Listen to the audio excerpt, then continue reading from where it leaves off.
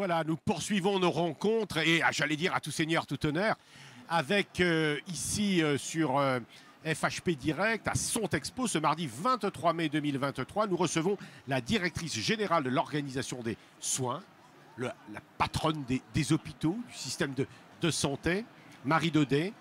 Et vous êtes, Marie Daudet, en poste depuis quelques mois, 6 mois, c'est cela? Comment ça se passe? Ces 6 mois, ces 6 premiers mois d'une vie de directrice de l'organisation des soins. Allez-y.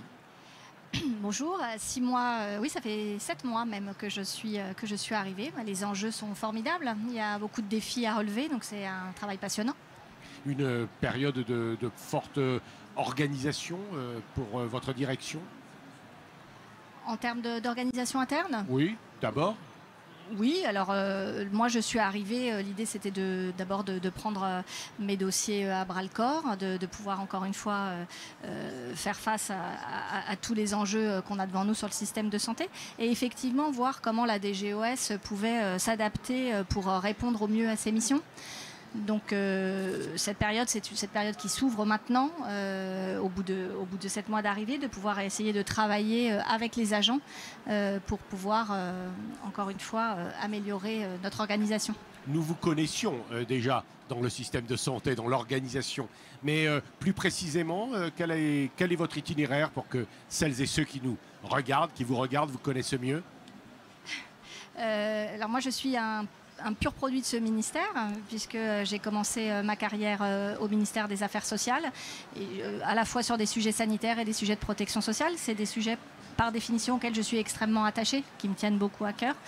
Et donc j'ai fait une grande partie de ma carrière à la direction de l'hospitalisation et de l'offre de soins et à la direction de la sécurité sociale. J'ai travaillé également à l'IGAS et puis en cabinet ministériel. Juste une anecdote, quand Marie est arrivée à la direction, on s'est présenté naturellement parce qu'on se connaissait peu, et elle me dit, bon, je fais un peu le tour des fédérations, un peu le tour des forces vives. Et j'ai dit, mais vous avez beaucoup de rendez-vous? Oh, 300. 300 rendez-vous lorsqu'elle est arrivée en fonction pour connaître l'ensemble des interlocuteurs. Voilà, c'est pas facile, hein.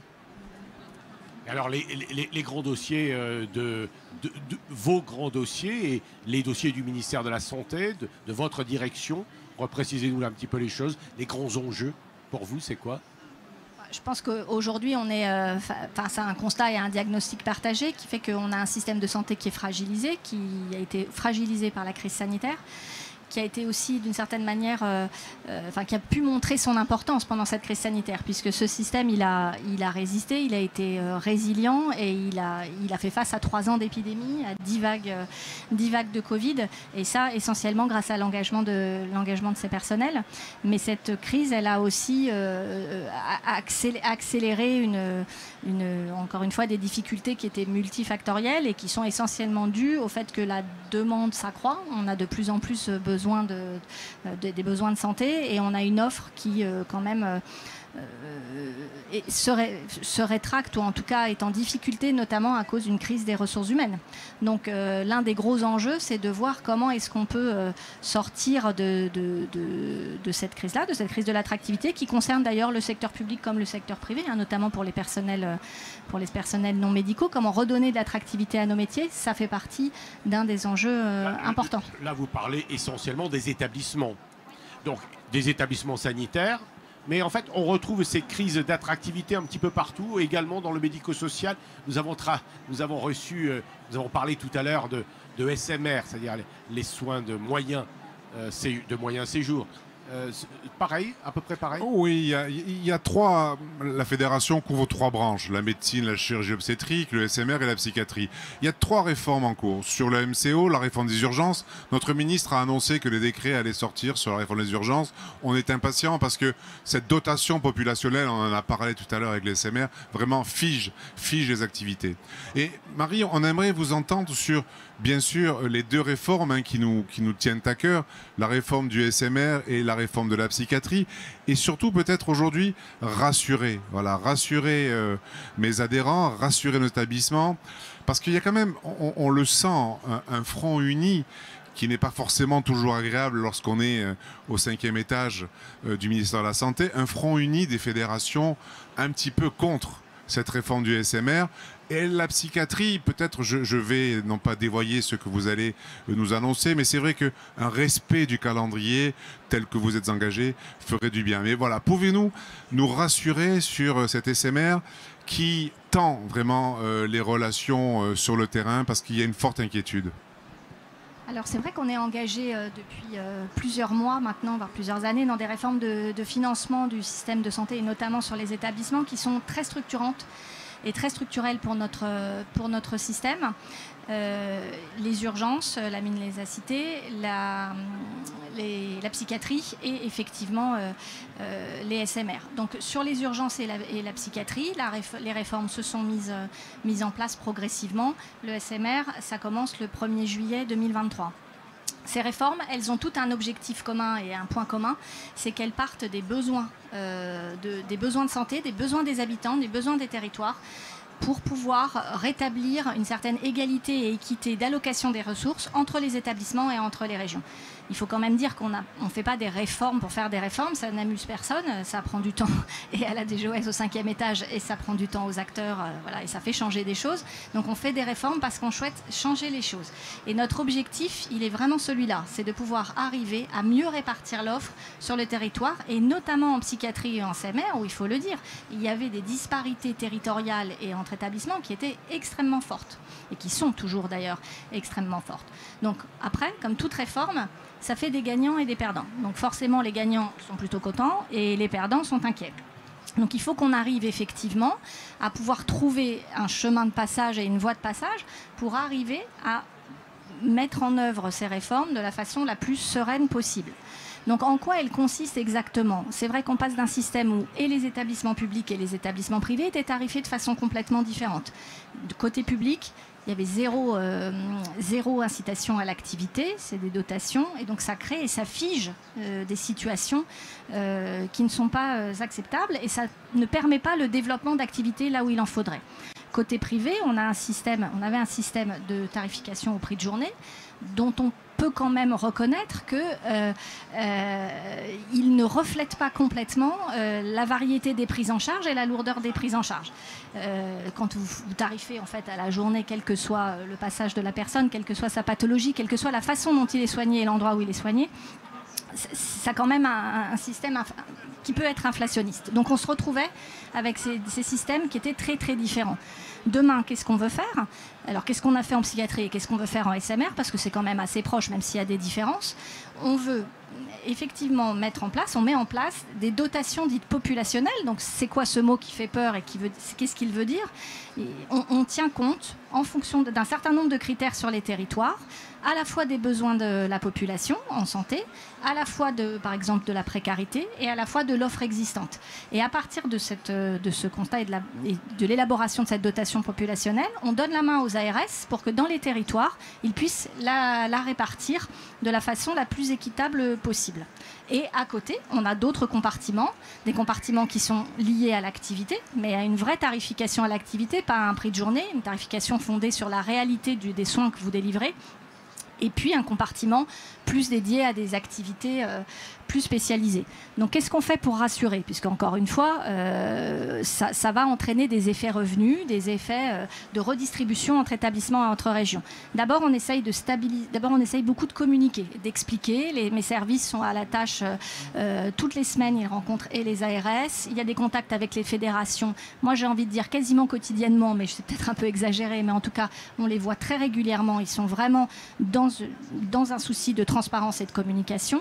Et qu'est-ce qu'on fait? Qu'est-ce qu'on met en place? On va mettre en place des systèmes de sécurisation, de stabilisation des recettes. On essaye de dire que pendant X temps, les recettes, toutes choses égales par ailleurs, les effets revenus liés à la réforme sont neutralisés.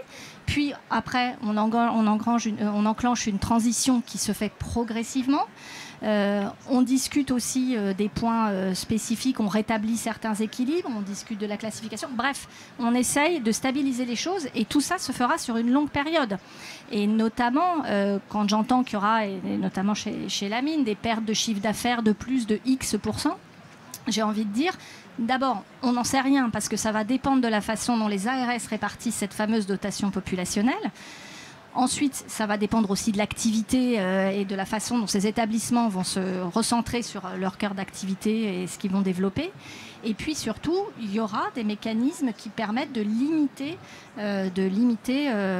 d'éventuelles pertes. Mais il y aura quand même des perdants. Il y a des endroits où les gens vont perdre. Et c'est par ces pertes que d'autres pourront gagner et qu'on rétablira. C'est là où nous avons je dirais, une difficulté, Marie. On a une difficulté parce que si on fait une réforme sans moyens supplémentaires, ça passe pas.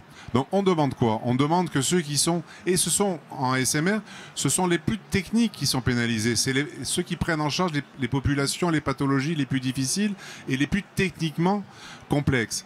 Ils sont pénalisés. Donc on demande quoi? On demande que leurs revenus soient maintenus dans le temps et qu'il n'y ait pas, je dirais, 2-3 ans, je dirais, d'amortisseurs, que ce soit maintenu. Donc ça demande des financements complémentaires pour que ceux qui sont perdants soient maintenus, que ceux qui sont gagnants arrivent à un niveau décent d'activité. Et je termine sur les ARS. Les ARS aujourd'hui n'ont pas les moyens techniques pour définir une dotation populationnelle par établissement. Ils n'ont pas les moyens, on le voit bien, ils n'ont pas les structures. Sur les urgences, ça crée des rangs de situation pour certains et des difficultés pour d'autres. Et c'est figé dans le temps. Danger, excessivement dangereux. Vous voulez repréciser? Non. Deux minutes. Ce qui est certain, c'est que plus on étale la transition dans le temps, et plus on dit il y a 0 perte pendant X années, il y a 2 solutions. Soit on fait la réforme n'a pas d'effet puisqu'on prend sur ce qu'auraient dû gagner les gagnants. Et donc, au bout d'un moment, encore une fois, les objectifs qu'on poursuit, ils sont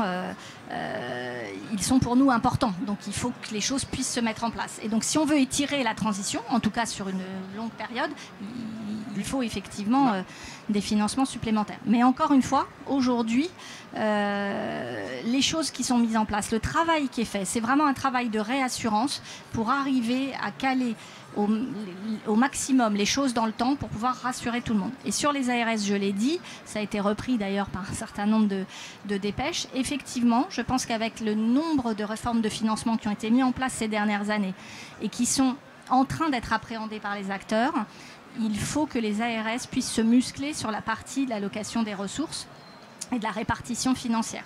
Il faut qu'ils puissent se muscler, se professionnaliser. Donc ça, nous, on s'y emploie. Avec l'ATI, avec l'ANAP, on leur donne des outils qu'on essaye de perfectionner. La DGOS, encore une fois, est à leur côté. Et je pense qu'il faut aussi les renforcer pour qu'ils puissent mettre en œuvre ces réformes de façon sereine sur les territoires. Concrètement, c'est la réponse que vous apportez quand le ministre dit tout à l'heure, ici, on va donner de nouvelles capacités aux agences régionales de santé, plus de liberté. L'État va être facilitateur, peut-être plutôt plus que ordonnateur. Est-ce que c'est ça un peu la traduction concrète de la nouvelle politique? Ce qu'il y a de sûr, c'est que la nouvelle politique, c'est de laisser la main au territoire, de dire que tout ne peut pas être décidé du national et que c'est les territoires et donc les ARS qui ont une bonne vision de ce qui se passe sur leur territoire. Donc les réformes de financement, elles participent de cette logique-là. C'est-à-dire qu'on passe d'une logique où on donne une dotation nationale et on la répartit pour le public, ou d'une logique prix de journée, chacun dans son coin pour le privé, à une logique où c'est l'ARS qui a une bonne visibilité de son offre de soins sur le territoire. Donc ça participe effectivement de cette territorialisation de nos politiques publiques qui est portée par le ministre. Mais là, en l'occurrence, la phrase que vous citez dans le discours, elle faisait plutôt allusion au nouveau décret qui est paru il y a quelques temps, qui est sur le droit à dérogation des ARS, qui donne le droit aux ARS de pouvoir déroger à certaines dispositions réglementaires pour pouvoir faciliter la vie des établissements sur le terrain, simplifier les processus et faire en sorte que les choses se passent encore une fois au plus près du terrain. Et il y a une instruction qui va sortir de façon imminente pour pouvoir expliciter les choses un peu aux acteurs. Oui, sauf que Marie, nous sommes à 1 mois de l'application de cette réforme. Et vous n'avez pas résolu la double échelle de pondération médicale et la double échelle tarifaire. Vous ne l'avez pas fait parce que c'est complexe et aussi, et je le dis dans cette belle enceinte de la FHF, parce que la FHF était opposée. Et bien sûr que ça les arrange d'avoir des patients, le même patient, en plus ils viennent tous des courts séjours, nos patients, que ce soit public ou privé, le même patient qui va dans un hôpital public ou une clinique privée, eh ben, il y a un tarif différent. Ça arrange la FHF, et je le dis aisément, je suis dans le sein du sein. Donc voilà, il y a quand même une grosse déception et on ne veut pas rester sur une déception. Donc vraiment, on veut que les travaux continuent et qu'on arrive. On n'y est pas arrivé pour le MCO, mais peut-être qu'un jour on reprendra la convergence tarifaire intersectorielle. Rappelez-vous, c'était Madame Bachelot qui l'avait créée lorsque la réforme de la T2A avait été mise en place. Donc on a toujours de l'espoir qu'on puisse avoir une même échelle de pondération médicale et tarifaire. 2 ou 3 questions encore, peut-être sur la ville et l'hôpital, les rapports ville-hôpital. Ça fait également partie de vos prérogatives, en tout cas de vos politiques. Quelles sont les perspectives que vous mettez en place? Quelles sont votre politique, votre stratégie pour améliorer ce que l'on dit toujours? Finalement, ça ne va pas très bien entre l'hôpital, d'une manière générale, et la ville. C'est là où parfois il y a des verrous. Comment on peut améliorer les choses? Alors, c'est certain qu'il faut voir le système comme un tout. C'est vraiment important et que ce lien ville-hôpital, il doit vraiment être au cœur de nos réflexions et des évolutions de notre système de santé. L'un ne fonctionne pas sans l'autre et on voit bien quand il y a un des deux acteurs qui faiblit que ça se répercute nécessairement sur l'autre. On prend toujours l'exemple de la bronchiolite cet hiver, mais heureusement que les acteurs de ville et l'hôpital ont réussi sur la plupart des territoires à travailler de pair ensemble, parce que sinon ça aurait été encore plus dramatique que ça ne l'a été. Donc oui, bien sûr, c'est vraiment important. C'est d'ailleurs pour ça aussi, vous parliez en introduction de la réorganisation de la DGOS. Mais moi, ce que je souhaite faire, c'est que je souhaite pouvoir renforcer la DGOS sur les aspects médecine de ville et sur les aspects parcours, de façon à pouvoir voir le patient comme un tout et avoir un endroit où, au sein d'une même structure, on puisse avoir cette vision globale sur la ville. Donc comment ça marche et qu'est-ce qu'on fait, comment on y travaille? Et d'abord, on essaye de renforcer au maximum l'accès aux soins de ville sur les territoires, parce que s'il n'y a pas de médecins traitant dans les territoires, alors les gens ils finissent à la fin forcément d'abord par être plus malades qu'ils n'auraient dû l'être, donc ils finissent à l'hôpital ou ils finissent aux urgences quand ils ne trouvent pas de médecin traitant. Donc il y a d'abord tout le travail qui est fait actuellement sur le renforcement de l'accès aux soins de ville sur le territoire. Ça passe par le plan 0 ALD sans médecin traitant lancé par le ministre et l'assurance maladie. Ça passe par les protocoles de coopération, par la pratique avancée, par l'évolution, des expérimentations type article 51, de choses un peu innovantes, de partage de tâches entre professions. C'est tout le travail qui est fait sur le renforcement de l'accès aux soins sur nos territoires. Je vous coupe, ce sont toujours des réformes qui sont quand même très difficiles à mettre en place, avec des oppositions. Alors, une fois, c'est vous, une fois, je le vois, je le constate. Hein. Une fois, c'est les médecins de ville qui disent qu'ils ne veulent pas avoir de responsabilité populationnelle, qui s'opposent à des PPL, des projets de loi, enfin, etc. Assez compliqué tout ça, non ? Ah oui, c'est compliqué. L'écosystème est un écosystème qui réagit, qui réfléchit, mais d'une certaine manière, c'est ce qui fait sa richesse aussi. Et je le répète, c'est aussi un système qui a traversé 3 ans d'épreuves majeures, comme on n'en a jamais vu. Si on replace tout ça en perspective, que ce soit la médecine de ville, mais aussi la médecine hospitalière, le système hospitalier, on sort de 3 ans de crise sans précédent. Donc forcément, ça a créé de la tension dans le système. Et notre rôle à nous, c'est de pouvoir faire en sorte que les choses s'apaisent, qu'on arrive à coopérer, que les acteurs effectivement puissent coopérer les uns avec les autres, que les professions puissent coopérer les unes avec les autres, que les établissements, les fédérations puissent travailler ensemble. Et c'est le seul moyen de nous en sortir, parce que notre objectif à nous, il est commun. Nous avons tous le même objectif. C'est le fait que chacun puisse accéder aux soins sur son territoire. Je sais que j'en reste à des remarques un peu générales, mais pour nous rassurer. D'ailleurs, les ministres ont dit ce matin, mais aussi le président de la Fédération hospitalière de France, qu'il fallait avoir une vision optimiste des choses. Cette crise sanitaire que l'on a connue, on est ici tous d'accord pour dire qu'elle a été considérable. Mais quand peut-on, par le travail des uns et des autres, considérer que, non pas on l'aura oublié, d'ailleurs il ne faut certainement pas l'oublier, mais que l'on en sera peut-être sorti avec des fonctionnements plus apaisés? Est-ce que c'est envisageable? La question vous est posée, la question vous est posée aussi. Alors peut-être vous d'abord. Je pense que l'année 2023, à ce titre, est une année charnière et vraiment importante. On le voit par exemple sur le financement des établissements de santé. On est sorti de la garantie de financement à 100% qui avait été mise en place en 2020 pour le Covid.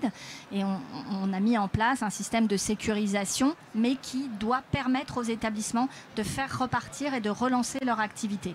Ça, c'est le premier point. Le second point, c'est qu'il faut, et le Covid aussi, à jouer sur l'attractivité des métiers et que donc il faut absolument qu'on arrive à renforcer l'attractivité de nos métiers. Et ça doit être le levier principal des années qui viennent si on veut justement que tout ça soit derrière nous et qu'on tire aussi les leçons de ce qui s'est passé. Malgré tout le manque de médecins, on sait à peu près qu'on ne va pas le régler rapidement. On ne va pas le régler maintenant, on le réglera à terme. Hein. Comme vous le savez, c'est répété, le numerus clausus n'existe plus. Donc il y a un nouveau système qui est en place, mais on met plus de 10 ans pour former un médecin, hein, près de 12 ans. Donc il faut que les années se passent. Donc on a quelques années difficiles devant nous, mais c'est justement ça qu'il faut arriver à traiter avec les protocoles de coopération, les partages de compétences, les expérimentations, d'essayer de faire appel au vivier de professionnels qu'on a sur le terrain. Oui, alors sur cette question-là, non pas de fin de crise, mais enfin de difficulté systémique à passer d'un système à un autre. On est peut-être, comme dit Marie Daudet, dans une période charnière. Au-delà du drame de cette pandémie, qu'on a un peu oublié, parce qu'aujourd'hui, le port du masque, hein, ça semblerait totalement fou, mais on a connu une édition ici, on était tous masqués. C'est retrouver l'esprit de l'équité. Et pour avoir cet esprit d'équité, il faut que le patient, que ce soit le même patient, qui ait le même soin, que l'on ait les mêmes devoirs, les mêmes contraintes et la même allocation budgétaire. Voilà, c'est 5 mots que l'on peut mettre dans tous les sens et qui fonctionnent, c'est-à-dire qu'on accepte les cliniques privées, nous acceptons les mêmes contraintes de services publics hospitaliers et c'est le sens de l'engagement fédéral. Oui, moi j'ai écouté le ministre tout à l'heure. Est-ce que je l'ai correctement entendu? Vous allez me le dire. Il a dit notamment sur ce sujet, permanence et astreinte, il y aura des droits égaux, mais il y aura des responsabilités ou des égalités de devoirs. C'est ce que je dis. Mais vous êtes c'est ce que je dis. Les mêmes contraintes, les mêmes devoirs et les mêmes droits. Marie Daudet, je ne sais pas si vous parlez comme ça, vous dites chiche. Je dis que sur le sujet de la permanence des soins, comme l'a dit le ministre, on a effectivement un vrai enjeu d'équité dans les deux sens. Aujourd'hui, la permanence des soins, c'est 90% les établissements publics et le système fait que ça devient très lourd. Donc il faut 90%, mais on est prêt à alléger la charge des hôpitaux publics. Sauf qu'il ne faut pas confondre et oublier que pendant des années, cela nous a été interdit par les plans régionaux de santé. Il ne faut pas l'oublier. Alors vous peut-être, enfin les médecins libéraux, je ne suis pas si sûr. Je parle de PDS en établissement de santé. Je ne parle pas de la médecine libérale de ville. Je ne suis qualifié pour parler ni de l'un ni de l'autre. Mais faites un effort. Voilà, les médecins qui sont dans nos établissements, non, participent déjà à la permanence des soins. Ils le font depuis des années, trop souvent gratuitement. Il faut qu'ils aient un statut, une reconnaissance et des lignes de garde. Et que ce soit officiel. Et une rémunération, bien évidemment, en face. Et vous verrez que l'appel à projet que vous allez lancer, Marie, sur la permanence des soins, et j'ai bien aimé ce mot d'appel à projet, nous allons y répondre favorablement et il y aura beaucoup de demandes de la part de mes collègues établissements de santé privés. Mais il ne faudra pas que les ARS nous expliquent « Ah oui, vous postulez pour tel territoire, mais il y a déjà le public qui le fait. » Parce que là, on ne sera pas d'accord. Alors, deux questions pour terminer. Juste pour dire, hein, pour le coup, je vais complètement dans le sens de la mine et c'est bien dans ce sens-là qu'il faut aller. Et c'est agréable à entendre que de dire on va répondre aux appels à projets. Il faut qu'il y ait une offre de PDSES sur nos territoires, publics et privés, et il faut pas seulement que chacun réponde de son côté, mais il faut aussi qu'ils travaillent ensemble. Et ça, c'est aussi le rôle des ARS, de pouvoir faire travailler chacun des acteurs ensemble et de rétablir un peu, de répartir un peu l'effort différemment. Vous voyez que vous avez bien fait de venir. Voilà. J'ai également entendu le président de la Fédération hospitalière de France, Arnaud Robinet, qui demande des lois de programmation. Ça va se faire, ça? Pluriannualité. Alors je pense que c'est effectivement aujourd'hui particulièrement important dans notre système d'avoir une vision pluriannuelle des ressources. Donc il y a deux choses différentes. Il y a le fait d'avoir une visibilité globale et macro sur l'ONDAM et sur les ressources allouées au système de santé. C'est ce que demande le président de la FHF. Donc aujourd'hui, ça n'existe pas et il faudrait le mettre en place. Ça serait une nouvelle réforme. Est-ce que c'est une bonne idée? Je dis oui, c'est une bonne idée, mais aujourd'hui, il faudrait travailler un tel système. Et par ailleurs, il y a un protocole de pluriannualité qui a été signé avec les fédérations, qui durait 4 ans et donc qui est venu à expiration fin 2022 et qu'il faut qu'effectivement on puisse retravailler et renégocier en fonction à la fois des nouvelles réformes du financement qui vont se mettre en place et des nouvelles chroniques qu'on va avoir sur l'ONDAM. Et pour moi, c'est à l'ordre du jour et c'est à l'agenda de la DGOS d'ici le 1er janvier 2024. Il faut qu'on ait signé un nouveau protocole. On en parlera ici même demain. C'est une bonne nouvelle. Oui.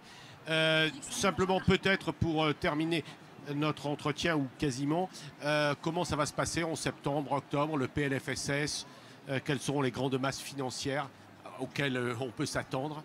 Déjà, on va demander un PLFSS rectificatif, un ONDAM rectificatif. 1,5 milliard a été annoncé demandé par le président de la FHF. On va s'associer bien sûr à nos demandes. Il faut que l'été, parce que l'inflation ne s'est pas arrêtée, 6% d'inflation. On parle d'indice de la rémunération de la fonction publique qui serait aussi réévalué. Alors je ne sais pas si ce sera pour la fonction publique hospitalière. Nous aussi, nous avons des salaires à revaloriser. Nous aussi, nous avons un avenant 33 sur les classifications, Marie, vous le savez, qui est ambitieux. Qui est ambitieux pour sortir de ces coefficients infra-SMIC qui pour moi sont des coefficients Thénardier. Donc il y a eu un gros travail de fait signé par les syndicats, c'est quand même extraordinaire, la CFDT et l'UNSA qui ont signé ce protocole d'Ilan 33 qu'il faut aujourd'hui financer. Donc voilà, j'interroge aussi Marie sur son ressenti parce que je sais qu'elle est plutôt extrêmement favorable à cet accord de branche.